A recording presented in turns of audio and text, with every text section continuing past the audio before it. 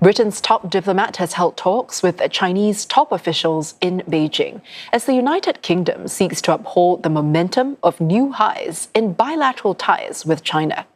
Foreign Secretary Yvette Cooper and her counterpart Wang Yi took part in the 11th China-UK Strategic Dialogue, where they discussed global security challenges, including the war in Ukraine, tensions in the Middle East, and maritime security in the Strait of Hormuz. Ms. Cooper said countries share an interest in upholding a rules-based international order. I think at a time like this, in order to pursue UK interests, UK values, we need that principled diplomacy and engagement with major powers like China, contrary to some of the really foreign policy cancel culture that we've heard from others that said we shouldn't engage. It's only by having these sorts of discussions that actually we can make the UK stronger back at home. And for more, Olly Barratt is covering the story for CNA, and he joins us live from London. Olly, what was discussed during the meeting, and how important is this visit for the UK, especially amid the current geopolitical landscape?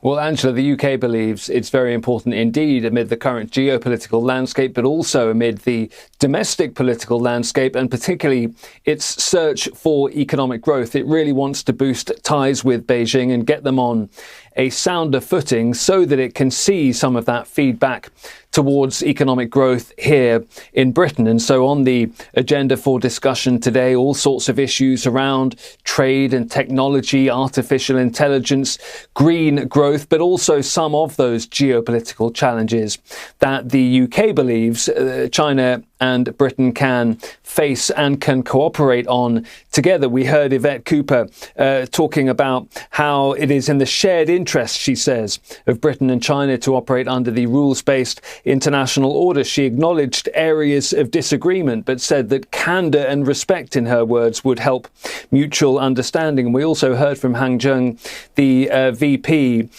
describing what he believes is a new chapter in bilateral ties after Keir Starmer, the Prime Minister, visited China at the beginning of the year. So all sorts of areas in which the two countries believe that they can boost ties while also acknowledging some of those areas of disagreement.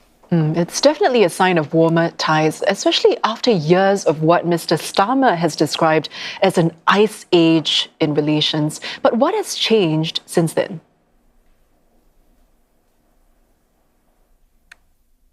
Well, the main thing that changed was the government, in that Keir Starmer and his Labour Party got back into office a little under 2 years ago now, and they did so pledging that they would reshape Britain's ties with China. They felt that the previous Conservative Prime Ministers before Keir Starmer had an inconsistent policy when it came to China that meant there was all sorts of uncertainty and all sorts of opportunities going begging. That said, it is a difficult diplomatic tightrope to walk. We've seen, for example, the recent approval of the so-called mega embassy that China wants to build here in London, the British capital. But you've also seen controversy around claims of Chinese spying here in Britain, which Beijing denies. The detention of the democracy campaigner Jimmy Lai, which Yvette Cooper says she has raised in discussions while she has been in Beijing. The opposition Conservatives here in the UK have been very critical of this trip on behalf of Yvette Cooper and over the UK's current overall